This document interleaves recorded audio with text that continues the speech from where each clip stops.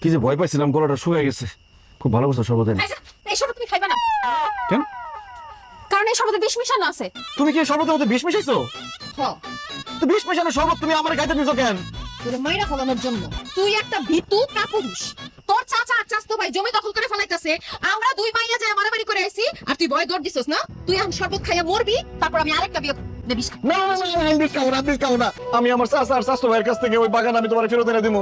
কেমনে ফেরত এনে দিবা? চেয়ারম্যান খুব ভালো করে জানে ওই জায়গার মালিক আবার আব্বাই। চেয়ারম্যানের কাছে বিচার দিলে চেয়ারম্যান চাচা আর চাচতো ভাইয়ের কাছ থেকে ওই জমি ফেরত এনে দিব। চিন্তা করিস না, আমি আছি তো নাকি। ওর বাপ পুত্রের খবর দিছি, আইতাছে। আপনার সাহস কত বড় যে আপনি সাত্তারের জমি বেদখল করে নিছেন?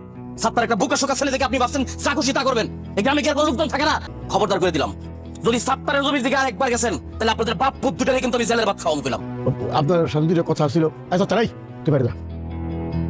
সাত্তার বাইরে যাবো না, সাত্তার এখানেই থাকবো। যা বলার সাত্তারের সামনে বলেন। 2 মিনিট আমার লগে কথা কর। স্যার তুই একটু বাইরে যা যা। আচ্ছা যা, কি করে আমি শুনে এতটা ডাক দিলাইস? যা সাত্তারের জমি দখল করবেন, আমি কোনো কথা কম না, চুপচাপ থাকবো। 50,000 টাকা দিবেন, দিতে টাকা। চেয়ারম্যান স্যার, তাকে আমার সাথে করে নিয়েছি। এই বাগানের মালিক আমার বাপ।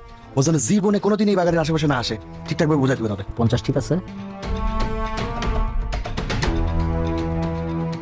চেয়ারম্যান সাহেব, আপনি আমার চাচার কাছ থেকে ঘুষ নিতেছেন? এটা তুই ঘুরতে কি কই? তোর চাচা খুশি আমার কত টাকা দিচ্ছে, এটা কি ঘুষ হয়ে গেছে? তোর বাপে মরার আগে এই বাগানের টোটাল জায়গা তোর চাচার কাছে বেচে হয়ে গেছে। তোর বাপ এটা করছে নাকি? কোন সূত্রে জমির মালিক এখন তোর চাচা? আপনি চাচার কাছ থেকে ঘুষ নিয়ে, মানে এই বকশিসের টাকা নিয়ে এখন চাচার পক্ষে কথা কইতেছেন? গাধবের মতো কথা কস।